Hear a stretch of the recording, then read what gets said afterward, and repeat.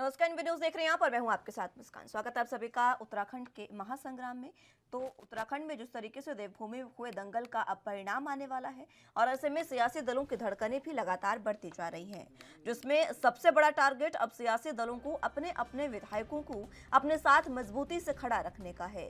जिस तरह का उत्तराखंड का इतिहास रहा है और यहाँ चुनाव में दल बदल का खेल सबसे ज्यादा खेला जाता रहा है, ऐसे में अब बीजेपी और कांग्रेस अपने अपने प्रत्याशियों की घेराबंदी में जुट गई है। इसके लिए बीजेपी और कांग्रेस दोनों के प्रभारी सहित कई दिग्गज नेता राजधानी का रुख कर रहे हैं। जरूरत पड़ी तो विधायकों को रेस्क्यू भी करने की रणनीति पर काम किया जा रहा है। उत्तराखंड की 5वीं विधानसभा के चुनाव में ऊंट किसके करवट लेकर बैठेगा, ये अब बस 3 दिन बाद 10 मार्च को सामने आ जाएगा। लेकिन बीजेपी ने मतदान के बाद की संभावित स्थिति का आंकलन कर अपनी तैयारी शुरू कर दी है। बीजेपी ने मतगणना की तैयारी को लेकर आज देहरादून में एक बैठक की, जिसमें केंद्रीय मंत्री और प्रदेश चुनाव प्रभारी प्रहलाद जोशी की मौजूदगी में पार्टी के सभी सांसदों, प्रांतीय पदाधिकारियों, जिलाध्यक्षों, प्रत्याशियों और विधानसभा क्षेत्र प्रभारियों ने शिरकत की। विधानसभा चुनाव की मतगणना से पहले बीजेपी के राष्ट्रीय महामंत्री कैलाश विजयवर्गीय की रविवार को उत्तराखंड में एंट्री हुई। उन्हें जोड़तोड़ की राजनीति का रणनीतिकार भी माना जाता है। 2016 में कांग्रेस में सेंधमारी के असल सूत्रधार विजयवर्गीय ही थे। पार्टी सूत्रों के मुताबिक चुनाव मतगणना से पहले बीजेपी केंद्रीय नेतृत्व में उन्हें खास मिशन को अंजाम देने के लिए भेज रही है। आपको बता दें कि पूर्व मुख्यमंत्री और बीजेपी सांसद रमेश पोखरियाल निशंक राष्ट्रीय अध्यक्ष जेपी नड्डा के साथ मुलाकात पहले ही कर चुके हैं, जिसके कई सियासी मायने निकाले जा रहे हैं। सियासी गलियारों में इस मुलाकात को प्रदेश में बीजेपी की ओर से सरकार गठन की संभावनाओं के मद्देनजर की जाने वाली जोड़तोड़ की राजनीति के तौर पर देखा जा रहा है और इस काम के लिए रमेश पोखरियाल निशंक बेहतरीन खिलाड़ी भी माने जा रहे हैं। आपको बता दें कि मुख्यमंत्री पुष्कर सिंह धामी और प्रदेश अध्यक्ष मदन कौशिक के अलावा पूर्व केंद्रीय मंत्री और सांसद डॉक्टर रमेश पोखरियाल निशंक और बीजेपी के राष्ट्रीय महासचिव कैलाश विजयवर्गीय के बीच लंबी बैठक हो चुकी है। वहीं कांग्रेस कैलाश विजयवर्गीय को लोकतंत्र का हत्यारा बता रही है।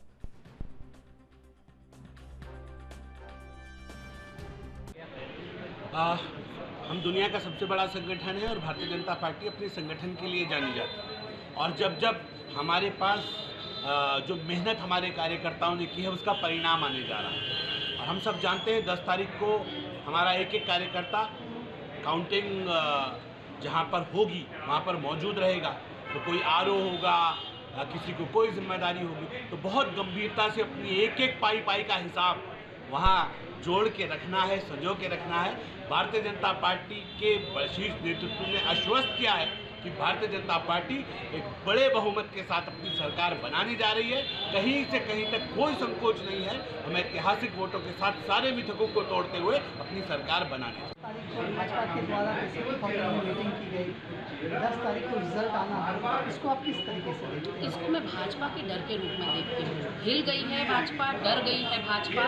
इस वजह से शायद होटलों में अब बैठकें करती फिर रही है, क्योंकि एक बार ऐसा लग रहा है कि मंशा है फिर से लोकतंत्र की हत्या करने की, मंशा है फिर से संविधान की हत्या करने की, मंशा है फिर से यहाँ पर जो जनादेश है उसको तोड़ने मरोड़ने की। और कहीं ना कहीं मुझे ऐसा लगता है कि भारतीय जनता पार्टी की मंशा ठीक नहीं है। कुख्यात यानी कि बदनाम कैलाश विजयवर्गीय यहाँ पहुँच चुके हैं, तो इससे लोग स्वतः समझ रहे हैं कि जनादेश का अपमान होने वाला है। इसलिए लेकिन मौका इस बार कांग्रेस पार्टी देगी नहीं। एक कंफर्टेबल मेजॉरिटी के साथ जब हम जनादेश लाएंगे, 40 से ऊपर सीटें जब कांग्रेस पार्टी की आएगी, तो फिर कौन क्या करेगा? रिजल्ट आने से पहले कुछ क्या मैं कैलाश विजयवर्गीय के बारे में कुछ कहूँ ऐसा मन तो नहीं है, लेकिन मुझे लगता है इतिहास में काले पन्नों में और काले अक्षरों में अंकित होगा कैलाश विजयवर्गीय का नाम, क्योंकि वो लोकतंत्र के हत्यारे हैं। जिस तरह से गोवा में मैंडेट कांग्रेस को मिला, सरकार भाजपा ने बनाई। मणिपुर में मैंडेट कांग्रेस को मिला, भाजपा ने सरकार बनाई। मध्य प्रदेश में मैंडेट कांग्रेस को मिला, सरकार किसकी है देख लीजिए। कर्नाटक में इन्होंने क्या किया देख लीजिए, और यहाँ 2016 में उत्तराखंड में क्या किया वो आपके सामने है। तो ऐसे में कैलाश विजयवर्गीय जैसे लोग एक बदनुमा दाग है हमारे भारत देश के लोकतंत्र के। तो एक संगठन की बैठक है कि कोई कमी न रह जाए। कभी कोई सीट जो है 4 वोट से बदल जाती है और अंत तक जब तक तब तक सचेत सतर्क रहने के लिए हमारी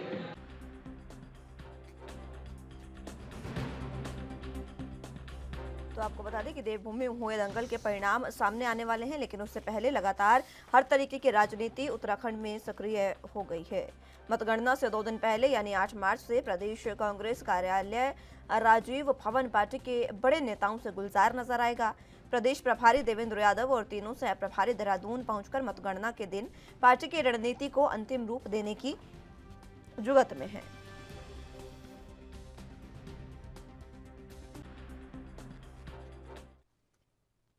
चलिए, तो जिस तरीके से उत्तराखंड में तमाम तरह की राजनीति जो है वो चरम पर है और सबसे ऊपर अगर राजनीति की बात करें तो जोड़ तोड़ की राजनीति जो है वो देखी जा रही है। इसी पर चर्चा की शुरुआत कर लेते हैं। तमाम गेस्ट हमारे साथ मौजूद हैं, उनका तारुफ आपसे करवा देते हैं। वसी जैदू जी हमारे साथ प्रवक्ता कांग्रेस से मौजूद हैं और इसी के साथ विनय गोयल जी प्रवक्ता बीजेपी से हमारे साथ मौजूद हैं। आप दोनों का बहुत स्वागत है सर एनबी न्यूज पर। सबसे पहले जैदी साहब आपके पास मैं आना चाहूंगी, क्योंकि कैलाश विजयवर्गीय की कल ही एंट्री हो चुकी है उत्तराखंड की राजनीति में और कांग्रेस के लिए ये जो राजनीति है ये कहीं ना कहीं भारी पड़ सकती है कैलाश विजयवर्गीय का उत्तराखंड में आना। किस तरीके से आप देखते हैं? बिल्कुल भी राजनीति भारी नहीं करेगी। मैं आपको बताता हूँ कि कांग्रेस पूर्ण बहुमत के साथ प्रदेश में सरकार बना रही है। कांग्रेस को प्रदेश की 20% जनता ने पूरा मैंडेट किया है और ये जोड़ तोड़ की राजनीति भारतीय जनता पार्टी करती है। पहले भी करती चली आई है, आगे भी करती रहेगी। अभी जिनका आपने नाम लिया, ये बंगाल में इनकी बेइज्जती हुई, इनकी बिहार में बेइज्जती हुई और ये इस तरह की राजनीति करते हैं। 2016 में घटिया राजनीति की थी, लोकतंत्र की हत्या इन लोगों ने की थी और अब मैं आपको बताता हूँ इस तरह का मौका नहीं मिलेगा और प्रदेश की 20% जनता ने जो हमें मेंटेन किया है पूर्ण बहुमत के साथ सरकार बनाएंगे। हमारा जो एक विजन है, जो मिशन है प्रदेश के विकास को लेकर, उस चीज को आगे बढ़ाएंगे, अपने घोषणा पत्र को लेकर चलेंगे और एक एक मुद्दे को जो हमने जनता से वादा किया है उसे पूरा करेंगे। ठीक है, हर मुद्दे को पूरा करेंगे, ये बात कर रहे हैं जादी साहब। मैं विनय गोयल जी आपके पास आना चाहूंगी, क्योंकि कैलाश विजयवर्गीय आए हैं और बीजेपी के लिए ये पिछली बार भी जब सरकार बनी थी तो कहीं ना कहीं काफी अहम भूमिका उन्होंने निभाई थी। 2016 का अगर मैं जिक्र करूं तो जिस तरीके के समीकरण बने तब जोड़ तोड़ की जो राजनीति हुई उसमें विजयवर्गीय जो थे वो सूत्रधार उस समय के थे। किस तरीके से अब आप जो उनकी एंट्री हुई है उत्तराखंड में, क्या सोचकर बीजेपी ने उनको उतारा है मैदान में? देखिए, भारतीय जनता पार्टी दुनिया की सबसे बड़ी राष्ट्रीय राजनीतिक पार्टी है और भारतीय जनता पार्टी अपने किस कार्यकर्ता को कहां क्या जिम्मेदारी देती है ये किसी को पूछने की, कांग्रेस से पूछने की आवश्यकता नहीं है। कांग्रेस अपने लिए क्या व्यवस्थाएं करती है वो अपने बारे में सोचे, लेकिन अगर हमारे एक कार्यकर्ता के नाम से ही अगर कांग्रेस दुबली हुई जा रही है तो ये तो भारतीय जनता पार्टी के लिए संतोष की बात है। भारतीय जनता तो बार बार में 2016 का जिक्र करते हैं तो 2016 में अगर कांग्रेस की सरकार थी और कांग्रेस के विधायक तत्कालीन मुख्यमंत्री से नाराज थे और वो जब जाहिर था वो कोई छुपी भी बात नहीं थी और उसके बाद अगर कांग्रेस पार्टी अपनी पार्टी को संभाल नहीं पाई और कांग्रेस के राजनीतिक इतिहास में सबसे बड़ी राजनीतिक चूक हुई तो कांग्रेस को अपना गिरेबान में झांक के देखना चाहिए। भारतीय जनता पार्टी ने किसी प्रकार की कोई हॉर्स ट्रेडिंग नहीं की। भारतीय जनता पार्टी में अगर कोई चुनाव से 1-1.5 साल पहले अगर अपनी सदस्यता को त्याग करेगा और भारतीय जनता पार्टी में आ रहा है तो उसके आप क्या कहेंगे? दोबारा अपने आप को इस प्रकार के चुनाव में धकेला तो मुझे लगता है कि कांग्रेस अपने कर्मों का ठीकरा भारतीय जनता पार्टी के सिर पर छोड़ने का काम न करे। कांग्रेस अपना घर संभाले और भारतीय जनता पार्टी को ये किसी भी प्रकार से सरकार में आने से रोकने की स्थिति में नहीं है, क्योंकि जनता का व्यापक समर्थन भारतीय जनता पार्टी के साथ। ठीक है, कांग्रेस जो है वो किसी भी तरीके से भारतीय जनता पार्टी अगर सरकार में आती है तो उसको रोकने में सामर्थ्य नहीं है, ये कह रहे हैं विनय गोयल जी साहब। लेकिन जिस तरीके से अगर मैं जिक्र करूं अभी कुछ दिन पहले का, हाल ही की ये बात है जब महेंद्र भट्ट की ओर से बयान सामने आया था, कल ही की ये बात है जब उनकी तरफ से बयान ये सामने आया और उन्होंने कहा कि कई ऐसे बड़े जो प्रत्याशी है, जिताऊ प्रत्याशी हैं, वो बीजेपी के संपर्क में है कांग्रेस के। जादी साहब जी बिल्कुल मुस्कान जी, यही तो सबसे हास्यास्पद बात है भारतीय जनता पार्टी की। ये दावा 60 पार का करते हैं और इन्हें 36 का भी भरोसा नहीं है। ये बार बार कहते हैं कि हम 60 पार लेकर आएंगे, 60 पार लेकर आएंगे, पूर्ण बहुमत के साथ सरकार बनाएंगे, और जब इनसे बात की जाती है तो 36 का ही है। 36 के ऊपर भी इनकी सहमति नहीं बन पाती। कहते हैं हम 36 भी बड़े मुश्किल से ला पाएंगे, नहीं ला पाएंगे। जोड़ तोड़ की राजनीति 36 के नीचे तो हो पाएगी।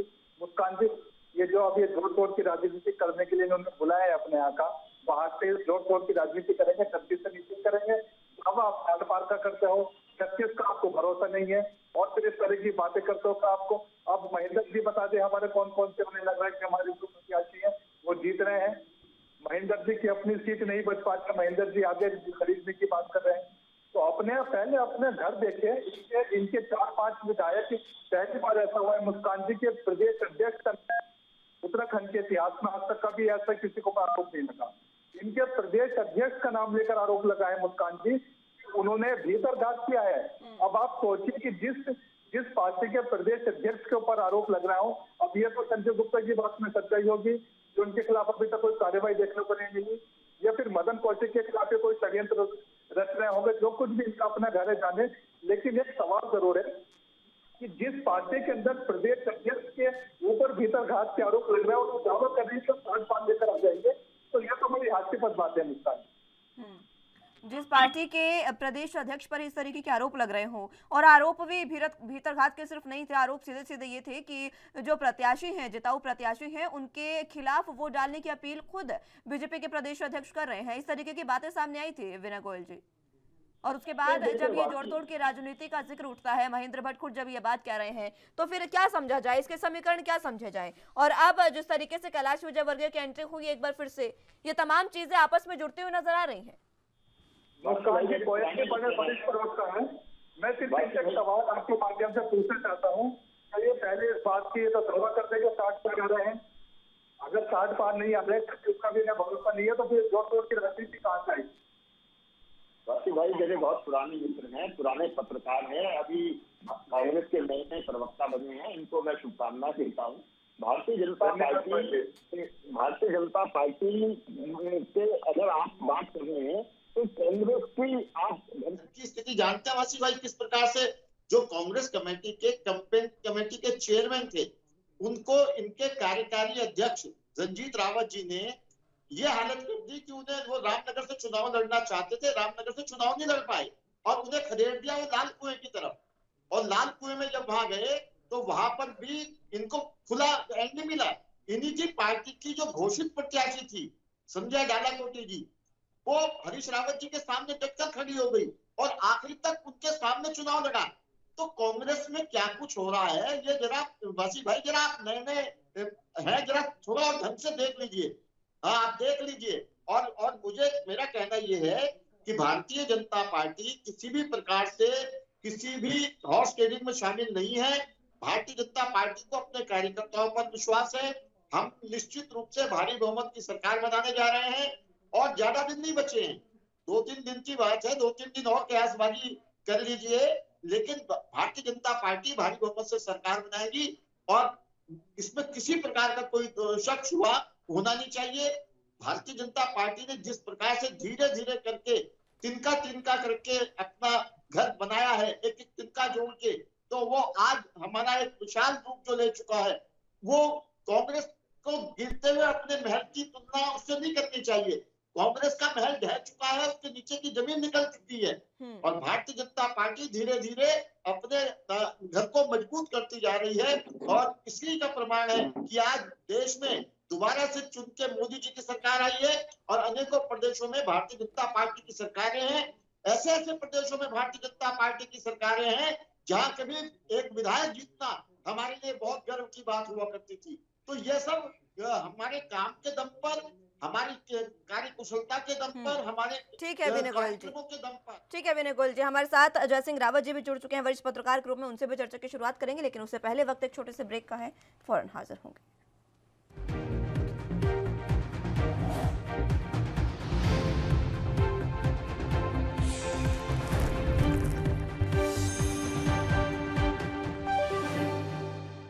ब्रेक ब्रेक के बाद एक बार फिर से स्वागत है आप सभी का। तो बात उत्तराखंड की कर रहे हैं, जहां पर जोड़ तोड़ की राजनीति और अलग अलग तरीके से सियासी सरगर्मियों को किस तरीके से बढ़ावा दिया जा रहा है, उसी पर हम चर्चा कर रहे हैं। और तमाम गेस्ट हमारे साथ मौजूद हैं। जयसिंह रावत जी हमारे साथ वरिष्ठ पत्रकार के रूप में मौजूद हैं। बहुत बहुत स्वागत है जयसिंह जी आपका एनबी न्यूज पर। उससे पहले जिस तरीके से विनय गोयल जी की बातें आपने सुनी और वसी जैजू जी की बातें ही आपने सुनी होंगी। विनय गोयल जी सीधे तौर पर एक बार फिर से उत्तराखंड में बीजेपी की सरकार आने का दावा कर रहे हैं और उन्होंने कहा कि बीजेपी एक बहुत बड़ा संगठन है और वो अपने किस कार्यकर्ता को कहां लगाती है वो किसी से पूछने की जरूरत नहीं है। लेकिन सवाल यहां पर यह है कि कल जिस तरीके से कैलाश विजयवर्गीय की एंट्री उत्तराखंड में हुई और 2016 का अगर मैं जिक्र करूं तो उस समय जो समीकरण बने थे कांग्रेस के लिए उसमें भी एक सूत्रधार कैलाश विजयवर्गीय थे। उस कड़ी को अगर आज के समय से जोड़कर देखा जाए तो क्या समीकरण आप देख रहे हैं उत्तराखंड में? देखिए, इस समय मुकाबला अब चाहे हमारे मित्र 60 पार बोले या 70 पार बोले बात अलग है, लेकिन मुकाबला बहुत कांटे का है। और जाहिर है कांग्रेस कहती है कि हम सरकार बना रहे हैं, बीजेपी कहती है हम सरकार बना रहे हैं, और वही नहीं, आप पार्टी वाले भी कह रहे हैं कि हम भी सरकार बना रहे हैं।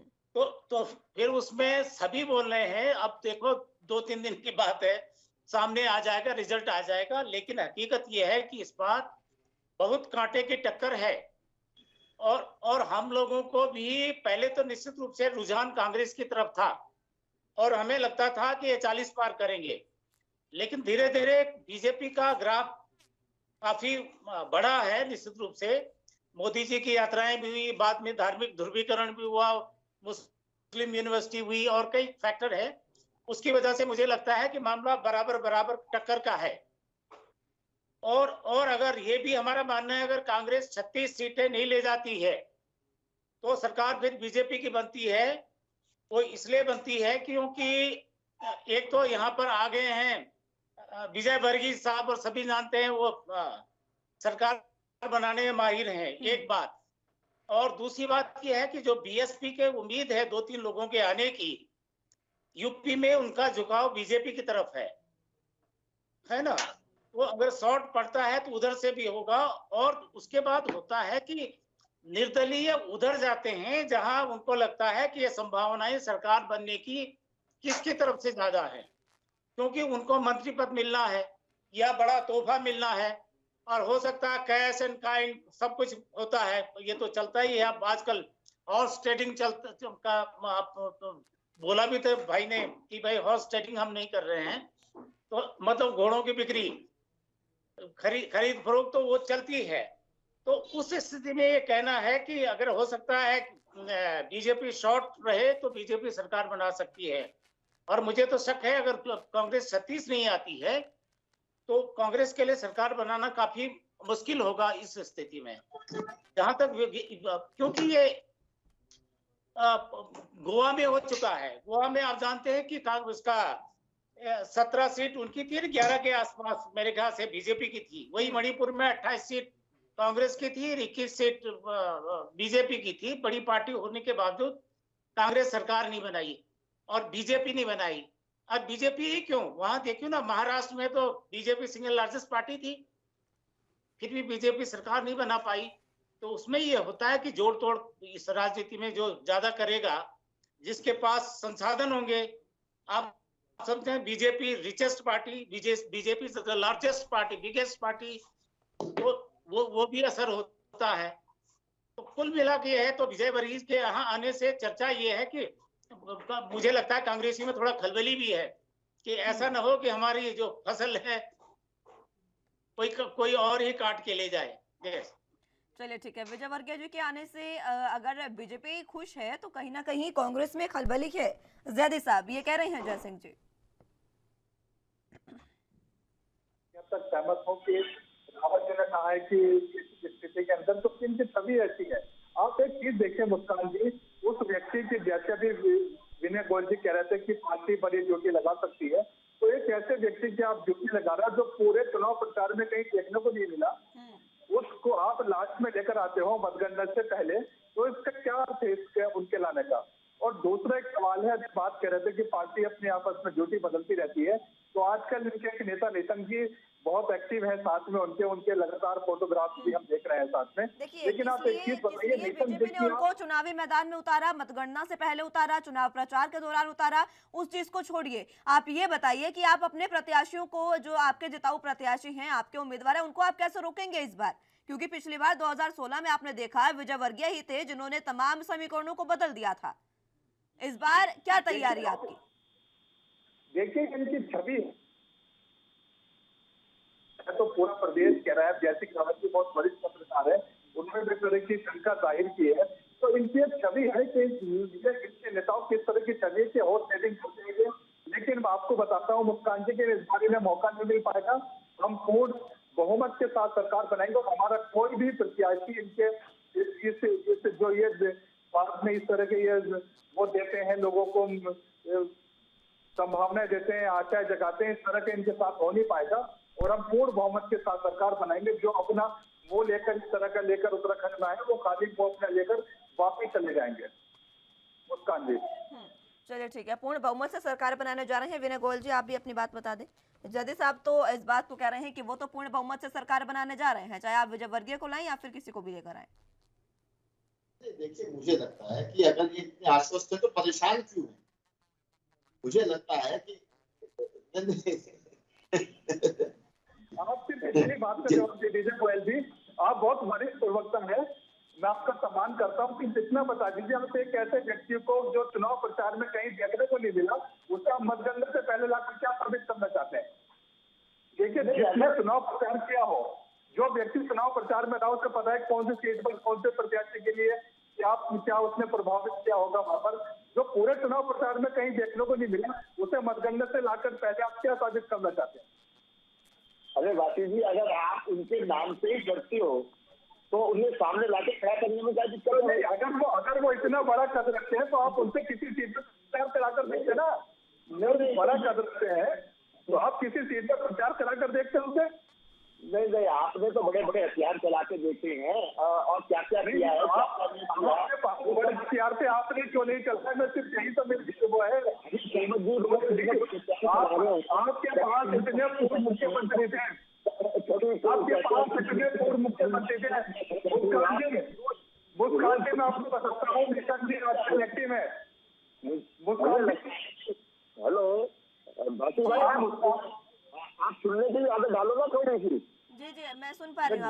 सिर्फ मुझे क्या बता दीजिए कि अगर कोई इतने अच्छे आपके बड़े नेता है तो आपने किसी सीट कौन से प्रचार क्यों नहीं कराया? सिर्फ एक हिसाब से मुझे आप बता दीजिए। नहीं तो ये बात हमें कांग्रेस से सीखने समझने की जरूरत होगी कि किस व्यक्ति को कहाँ लगाना है, कहाँ नहीं लगाना है। जिस व्यक्ति का जिस तरह से पार्टी उपयोग करना चाहे वो करे, और पार्टी के अच्छी है, बिल्कुल सही। मैं आपके बात से सहमत हूँ, बिल्कुल सही। कभी नहीं ऐसे का प्रचार करेंगे। नहीं, आप कांग्रेस की छवि देखिए ना, देश में क्या है आज की तारीख में। कांग्रेस के लोग क्या कहते हैं? कांग्रेस के वरिष्ठ नेताओं की क्या छवि है देश में, आप समझ रहे हैं? तो मुझे लगता है कि अपनी छवि के बारे में आपको चिंता करने की जरूरत है, उसमें सुधार करने की जरूरत है। भारतीय जनता पार्टी के नेताओं की छवि की चिंता करने की आपको आवश्यकता नहीं है। गोयल जी, आपके नेता चिंता कर रहे हैं। आप मुझे एक चीज बताइए, अभी आप निशंक जी को एक्टिव किया, निशंक जी हरिद्वार से सांसद भी है और 2 बार के सांसद है। आप मुझे कोई एक उनकी रैली बता दीजिए जो उन्होंने हरिद्वार में प्रचार किया हो किसी भी प्रत्याशी के लिए। अरे तो आप परेशान क्यों हैं? छवि है, ये आपके नेताओं की छवि है जो मतगणना के टाइम पर एक्टिव होती है। आपके यहाँ पर प्रचार करने वाले नेता करते हैं। भारतीय जनता पार्टी बड़ी पार्टी है, बड़े लोग हैं आपके पास, बड़े लोग हैं। हमें तो ये देख के संतोष हो। चलिए ठीक है, मैं लौटूंगी आप सभी के पास, एक बार फिर से चर्चा की शुरुआत करेंगे। फिलहाल बुलेटिन में यहाँ वक्त एक छोटे से ब्रेक का है, फौरन हाजिर होंगे।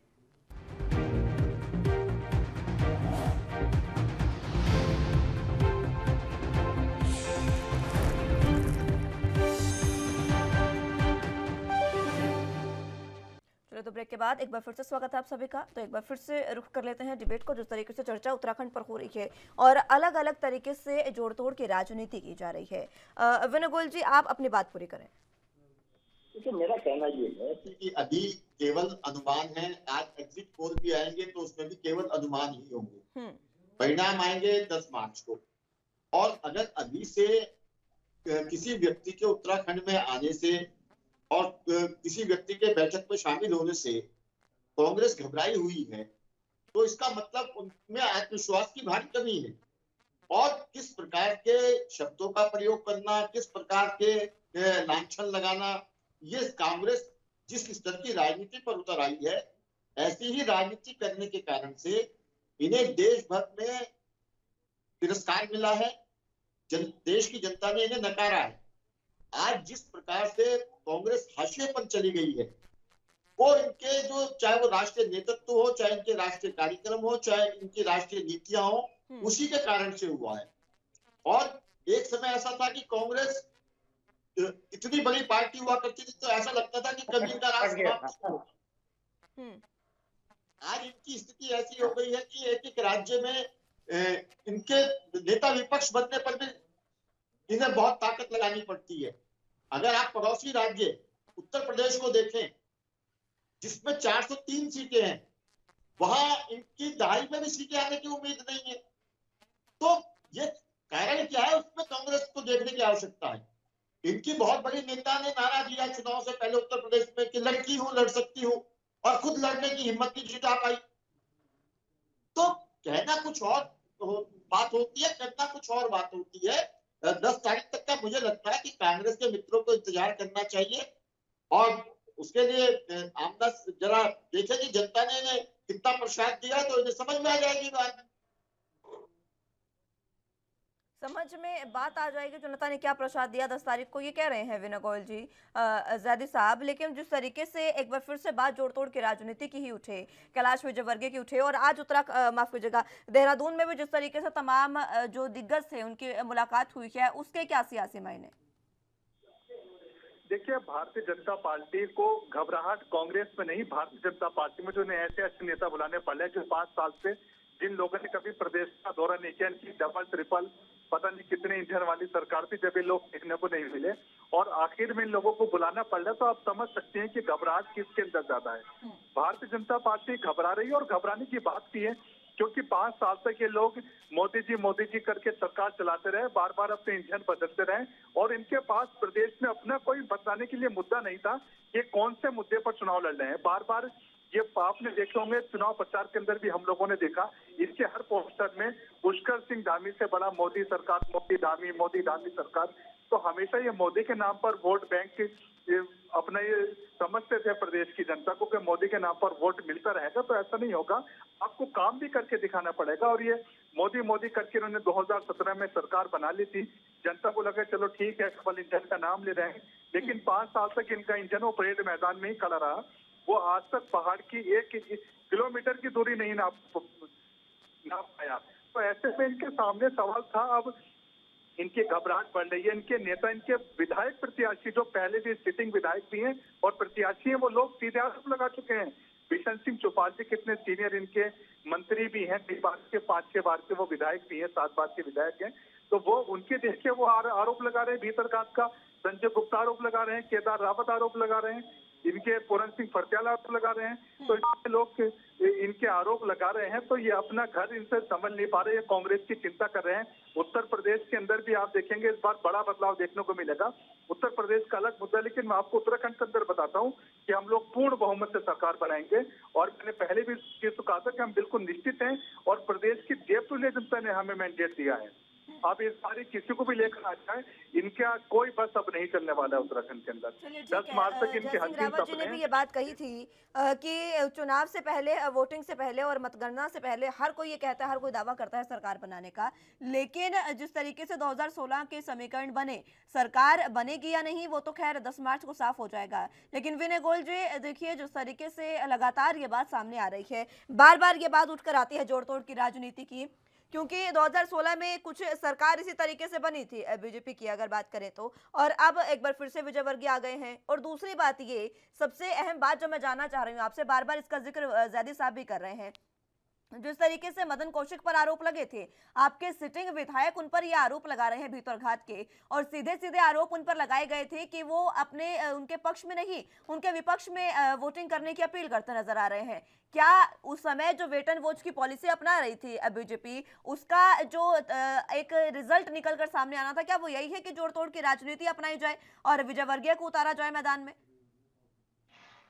नहीं, मुझे लगता है कि जिस प्रकार से कांग्रेस का धरातल खाली हो चुका है और कांग्रेस के पास मुद्दों का आकार है, और कांग्रेस जिस प्रकार से धीरे धीरे करके पूरे देश भर से गायब होती चली जा रही है, उसके पास आरोप लगाने के अलावा, लोगों को गाली देने के अलावा कुछ बचा नहीं है।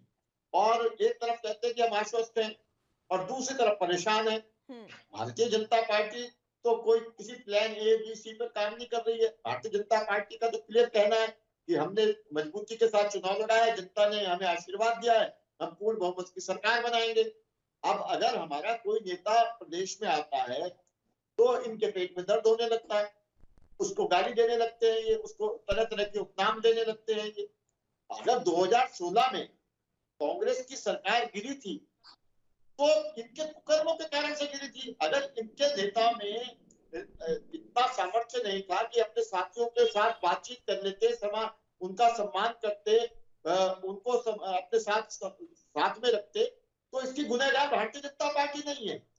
जिसका गुनाह है जिसको, और उसके बाद चुनाव हुए, अगर भारतीय जनता, या तो जनता के फैसले पर आप सवाल उठा रहे हैं, उसके बाद चुनाव हुए, चुनाव में कांग्रेस बुरी तरह से हारी। अगर भारतीय जनता पार्टी ने गलत किया होता कुछ, तो जनता भारतीय जनता पार्टी को दंडित करती। दंडित किसे किया?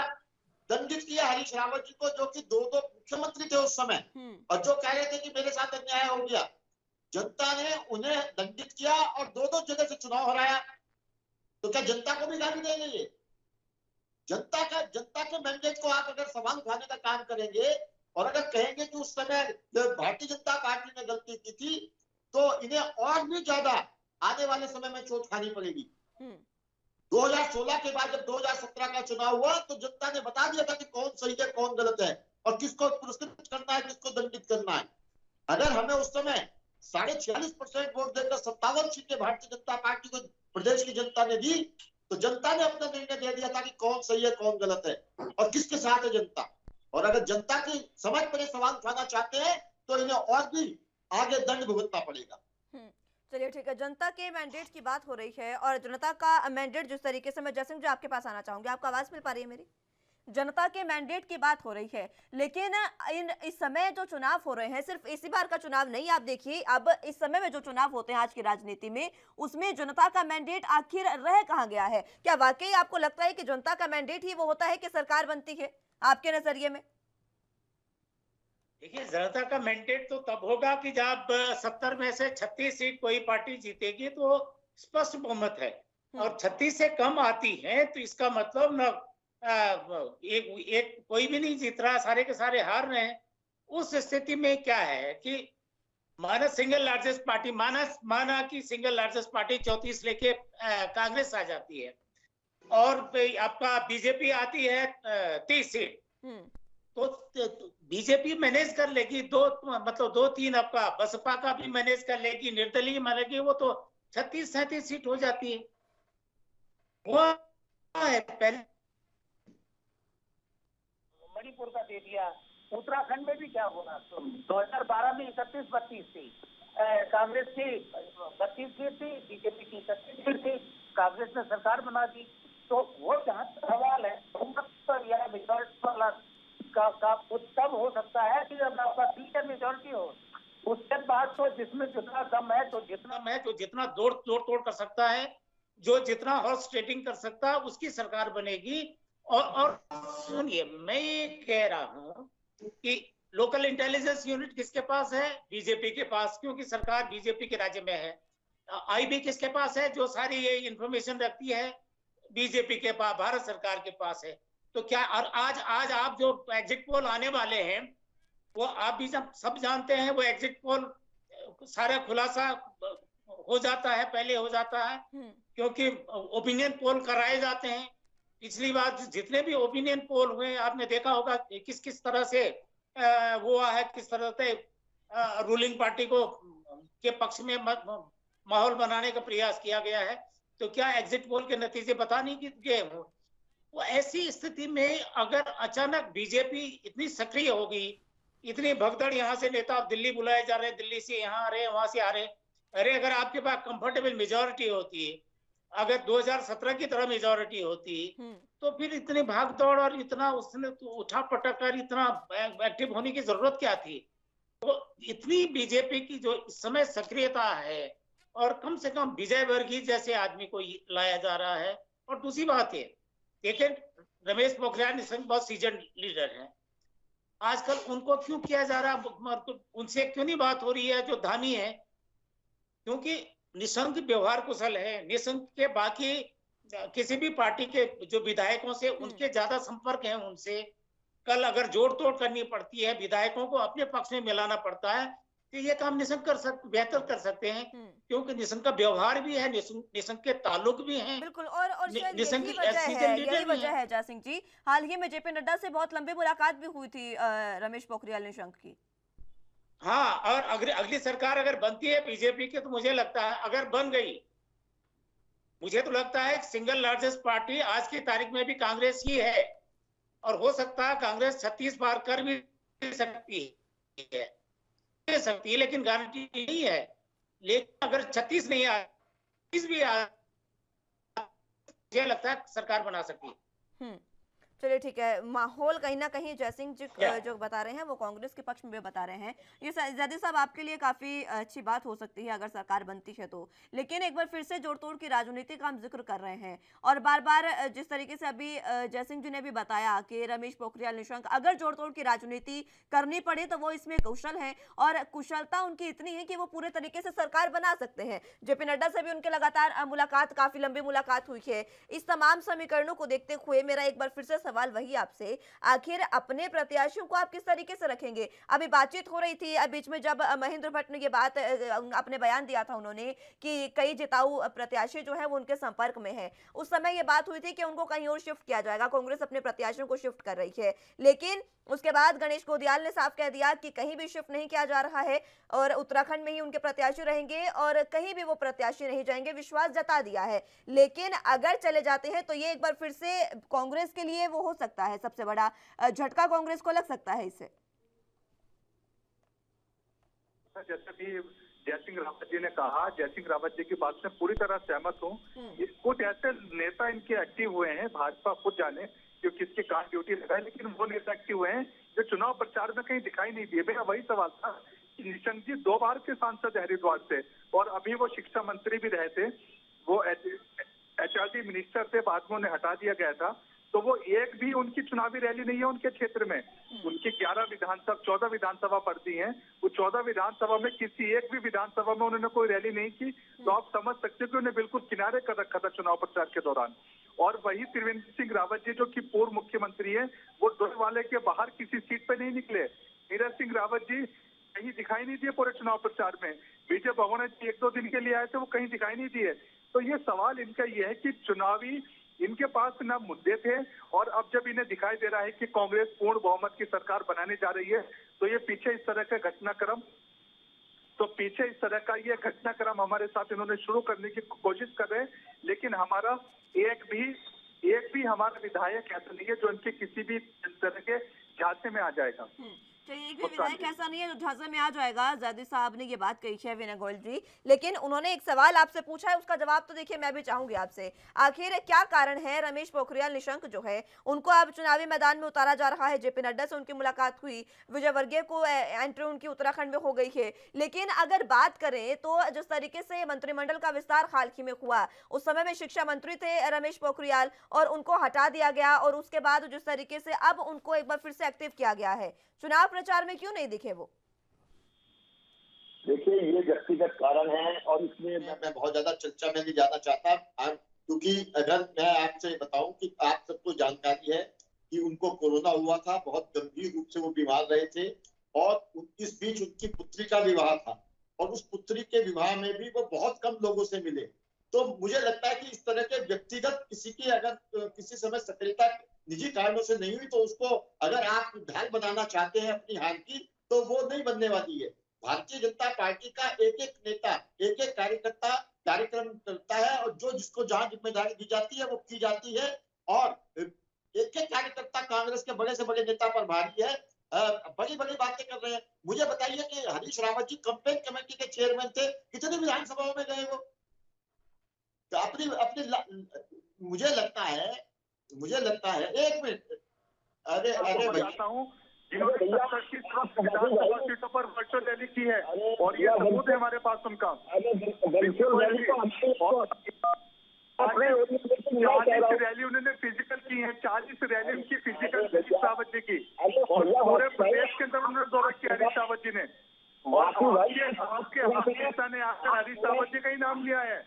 आप सबको दिक्कत भारतीय जनता पार्टी की पूरी लॉबिंग जो आपके ऊपर तक है, हाईकमान तक, सबको हरीश रावत जी से थी, सबको हरीश रावत जी से दिक्कत थी। हमें दिक्कत हरीश रावत से इसीलिए है कि उन्होंने उसी में कांग्रेस जीती थी, और इसलिए कांग्रेस के आप लोगों ने जो तुष्टीकरण की राजनीति हरीश रावत जी का पक्ष इलेक्शन कमीशन में जब हम लोगों ने उसका जब कांग्रेस इलेक्शन कमीशन के अंदर आपकी शिकायत की, तब जाकर आप रुके हो, नहीं तो आपने पूरी तुष्टीकरण की राजनीति हरीश रावत जी के ऊपर की है। उस काल की आपने भी देखा होगा, चुनाव से पहले ये किस तरह ध्रुवीकरण की राजनीति करते हैं, किस तरह पोलराइजेशन की राजनीति करते हैं, तुष्टीकरण की राजनीति करते हैं। चुनाव आयोग का हम माननीय चुनाव आयोग का हम सम्मान करते हैं कि वो जब एक्टिव हुए तब इन लोगों ने उस तुष्टीकरण की राजनीति को रोका है। अरे आप बताइए, आप कह दीजिए वासी भाई, आप कह दीजिए, आप आज कह दीजिए कि आप उत्तराखंड में मुस्लिम यूनिवर्सिटी रहेंगे, ध्रुवीकरण किसने किया? आप मुझे एक बयान दिखा दीजिए हरीश रावत जी ने कभी मुस्लिम यूनिवर्सिटी का नाम लिया हो तो। भैया आप मुझे एक बयान हरीश रावत जी का हमारे किसी बड़ी लॉबिंग का दिखा दीजिए कि आपने नाम लिया हो तो। और सवाल तुष्टीकरण की आप अपने ऑफिशियल पेज से भारतीय जनता पार्टी ने इतनी नीचे गिरकर राजनीति की है मुस्कान जी, कि अपने ऑफिशियल पेज से ये फोटोग्राफ लगाकर हरीश रावत जी का दाढ़ी वाला फोटोग्राफ लगाकर ये उसे प्रचारित इलेक्शन कमीशन ने हमारे तूतू मैमे से बाहर निकलते हैं, इस तूतू मैमे से बाहर निकलते हैं। विनय गोयल जी, मुस्लिम यूनिवर्सिटी की आप बात कर रहे हैं, चलिए ठीक है, उन्होंने मुस्लिम यूनिवर्सिटी का, हालांकि बार बार कांग्रेस ये साफ कर चुके हैं कि उन्होंने इस तरीके की बात नहीं कही है, लेकिन जिस तरीके से तमाम चीजें सामने आई है उस पर एक बार फिर से चर्चा करेंगे। फिलहाल वक्त एक छोटे से ब्रेक का है, फौरन हाजिर होंगे।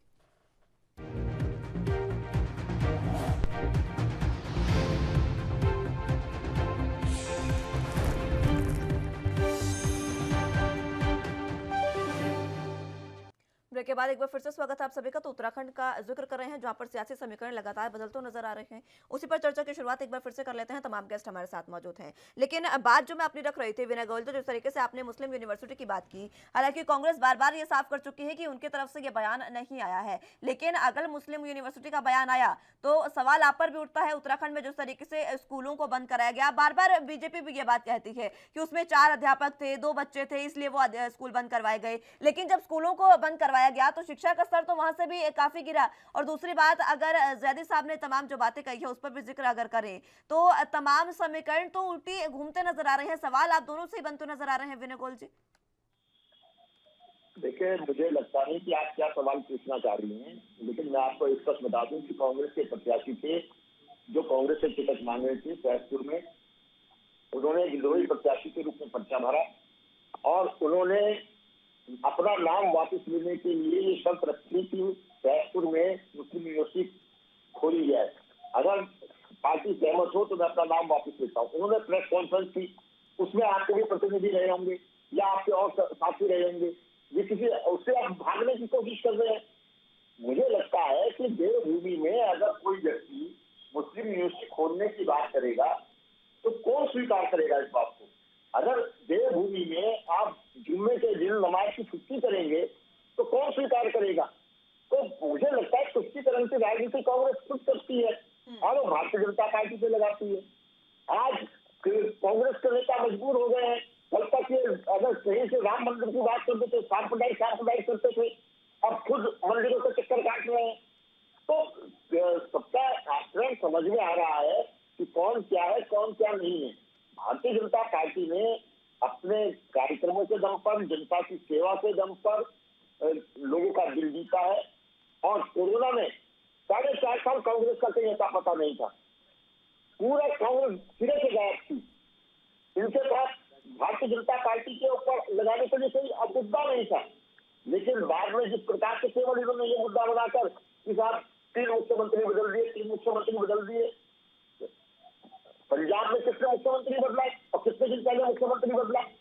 तो अगर आपने 2 बदले, हमने 3 बदल दिए और इसको आप मुद्दा बनाकर इस आधार में चुनाव लड़ना चाहते हैं, तो जनता बता देगी कि कितना उसका फैसला क्या है। भारतीय जनता पार्टी ने जो कहा था हम डबल इंजन की सरकार हमें दीजिए, हम प्रदेश का सर्वांगीण विकास करेंगे, उसके आधार पर हमने 1.5 लाख करोड़ के काम जो उत्तराखंड जैसे छोटे राज्य में चल रहे हैं, ये कोई छोटी मोटी घटना नहीं है। जब उत्तराखंड राज्य बना था तो उत्तर प्रदेश में जब हम हिस्सा थे तो पूरे पर्वतीय विकास परिषद का हमारा कुछ 350 करोड़ रुपए आज अगर हम 1.5 लाख करोड़ के हिसाब से कर रहे हैं तो 1.5 लाख करोड़ के काम आप कर रहे हैं, तो ये काम तो गिनाइए जो आप कर रहे हैं। राज्य सरकार का कोई काम तो होगा 1.5 लाख करोड़ रुपए में, ये काम तो होगा कम से कम।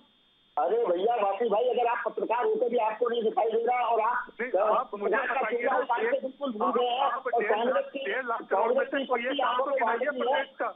राज्य सरकार का कोई बड़ा काम तो होगा जो 1.5 लाख करोड़ रुपए में होगा।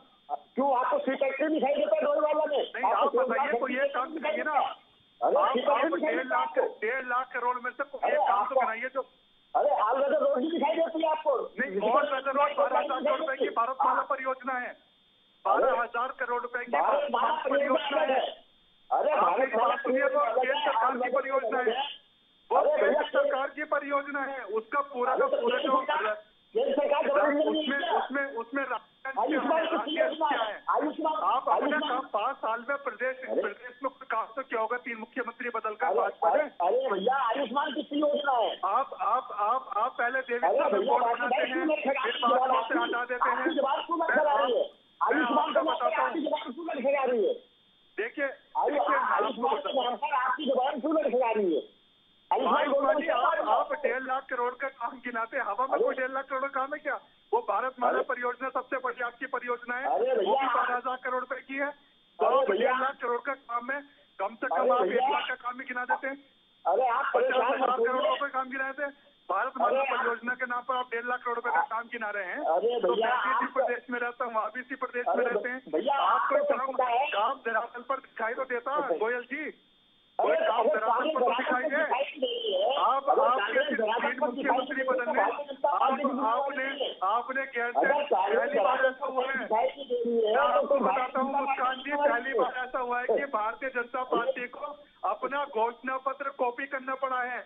जो दृष्टि पत्र इन्होंने 2017 में निकाला था, उसे 2022 में कॉपी पेस्ट करके लेकिन बहुत सी चीजें ऐसी है आजादी साहब जो कांग्रेस ने भी पहली बार की है, शायद आपको याद हो। तो जिस तरीके से ध्रुवीकरण, धार्मिक ध्रुवीकरण का, सुनिए आजादी साहब, धार्मिक ध्रुवीकरण का आरोप अगर आप बीजेपी पर लगाते हैं तो आप पर भी शहीदों के नाम पर वोट मांगने का आरोप लगाया जाए। जिस तरीके से लगातार अभी जब राहुल गांधी, सुनिए, देहरादून में राहुल गांधी की जब रैली हुई थी उस समय में जिस तरीके से सीडीएस बिपिन रावत के कटआउट लगाए गए, वहां पर इतने शहीदों के कटआउट लगाए गए, क्या क्या समझा जाए उससे? देखिए मैं बताता हूँ मुस्कान जी, बहुत अच्छा सवाल आपने पूछा, मैं आपको पूरा जवाब देता हूँ इसका। मुस्कान जी, वो कार्यक्रम सैनिकों के शहादतों के सम्मान में था। 1970 के अंदर जो सैनिकों के सम्मान के शहादत का सम्मान कार्यक्रम था, वो कोई धार्मिक या चुनावी रैली नहीं थी, वो सैनिकों के सम्मान की रैली थी। और उसमें आप स्टेज पर भी आपने देखा होगा तो राहुल गांधी जी के साथ जो पूर्व सैनिक है, वो पूर्व सैनिक के ही बैठे थे वहां पर, उनके परिवार के लोग बैठे थे और उनका ही सम्मान हमने वहां पर किया था। 1971 ये जो हमारे सबसे बड़ा, आप समझिए कि हमने बांग्लादेश के टुकड़े से सर्जिकल स्ट्राइक गिनाते हैं, उससे बड़ी क्या सर्जिकल स्ट्राइक होगी? हमने पाकिस्तान के टुकड़े करके नया बांग्लादेश बनाया था, तो वो उसके सम्मान के अंदर वो कार्यक्रम वहां पर रखा गया था। और ये लोग जो सीडीएस साहब उत्तराखंड के देश के नहीं है क्या? सैनिकों के सम्मान में क्या सीडीएस साहब का नाम नहीं आना चाहिए क्या? आप एक बात देखिए, उसके बाद हम सीडीएस रावत को गली का गुंडा किसने कहा था और क्यों कहा था? क्या आपने माफी मांगी उसके लिए? किसने कहा था? किसने कहा था गोयल जी? किसी का और नाम बताइए, किसने कहा था? व्यक्तिगत तौर पर नाम बताइए ना, किसने कहा था? कांग्रेस के किसी बड़े नेता ने कुछ उनका हमेशा सम्मान किया है। माननीय राहुल गांधी जी से लेकर हमारे प्रदेश स्तर के नेता गणेश कोटियाल जी हो, हरीश रावत जी हो, हमने सबने हमेशा व्यक्तिगत सम्मान किया है और हम एक एक सैनिक का सम्मान करते हैं। जो उत्तराखंड की भूमि है, मेरे परिवार से, आपके परिवार से भी सैनिक है। हम उत्तराखंड के एक सैनिक का सम्मान करते हैं और सैनिकों के सम्मान के लिए रैली राहुल गांधी जी की रखी गई थी। हम ध्रुवीकरण नहीं करते, हम ध्रुवीकरण नहीं करते आपकी तरह गोयल जी। और सब कुछ हो चुका, आपको चुनाव परिणाम की चिंता करो ना। आपको पता है चुनाव में क्या होने वाला है, क्यों हमें ढूंढना, ईवीएम खराब है, पोस्टल बैलेट में हो गया, ये हो गया, वो हो गया, अब तो नया बहाना ढूंढे। देखिए जो सबके सामने है, पोस्टल बैलेट के ऊपर जो आप लोगों ने किया वो सबके सामने है। देखिए चुनावी नतीजे तो क्या कुछ कहेंगे, जनता का मैंडेट क्या होगा वो तो 10 तारीख को साफ हो जाएगा। 10 मार्च को तो तमाम चीजें साफ हो जाएगी कि जनता ने किस पर अपना आशीर्वाद जताया। चलिए ठीक है, समय की भी कमी है मेरे पास। विनय गोयल जी, आपका आखिरी कमेंट मैं चाहूंगी पूरे मसले पर। मैंने ये कहा, भारतीय जनता पार्टी भारी बहुमत से सरकार बना रही है। 10 मार्च को ईवीएम पे दोषारोपण करने का काम न करें, मेरे कांग्रेस के मित्र कृपया संयम रखें। चलिए 10 मार्च को आरोप प्रत्यारोप ना किए जाए ईवीएम पर तो ज्यादा बेहतर होगा। जादिद साहब ये कह रहे हैं विनय गोयल जी, और क्योंकि ये बात उन्होंने इसलिए कही क्योंकि जब भी सरकार नहीं बनती है तो विपक्ष लगातार ये काम करता है। पोस्टल बैलेट की बात है, पोस्टल बैलेट की बात है, वो वीडियो सबके सामने वायरल हुआ था। हम लोग इलेक्शन कमीशन ने उस मामले को अपने संज्ञान में लिया है और केस दायर हुआ है। आप समझिए कि इसको इस चीज को ट्रेस लेने की जो भारतीय जनता पार्टी कोशिश न करे, पोस्टल बैलेट पर जो हुआ पूरे प्रदेश के सामने है। और आप देखना, ये कितना भी कुछ भी कर ले पोस्टल बैलेट के नाम पर, ईवीएम के नाम पर, कैलाश विजयवर्गीय के नाम पर, लेकिन इनका अब कोई दाव नहीं चलने वाला है। उत्तराखंड की जनता ने हमें फुल मैंडेट दिया है। 10 तारीख को जोड़ तोड़ इन्हें करने दीजिए, इनकी सारी जोड़ तोड़ अब घर रखी रह जाएगी और कांग्रेस चलिए ठीक है, सरकार उत्तराखंड में बनाने जा रही है। ठीक है, दोनों ही पार्टियों ने दावा कर दिया, दोनों प्रवक्ताओं ने दावा कर दिया है कि पार्टी उनकी जो है वो सरकार बनाने जा रही है। लेकिन ये बातें तो 10 तारीख को खैर साफ हो जाएगी। बहुत शुक्रिया आप दोनों का हमारे साथ जुड़ने के लिए और तमाम चर्चा हमारे साथ करने के लिए। लेकिन जिस तरीके से समीकरण बनते नजर आ रहे हैं, जोड़ तोड़ की राजनीति का आरोप कहीं ना कहीं बीजेपी पर लगता नजर आ रहा है, क्योंकि विजयवर्गीय की एंट्री जब से उत्तराखंड में हुई है तो कांग्रेस में खलबली तो है ही, और इसीलिए कांग्रेस ने विजयवर्गीय को लोकतंत्र का हत्यारा तक बता दिया है। अब क्या समीकरण बनेंगे 10 मार्च को ये साफ होगा। फिलहाल के लिए मेरे साथ बस इतना ही। तमाम अहम खबरों के लिए आप देखते रहिए एनवी न्यूज़। नमस्कार।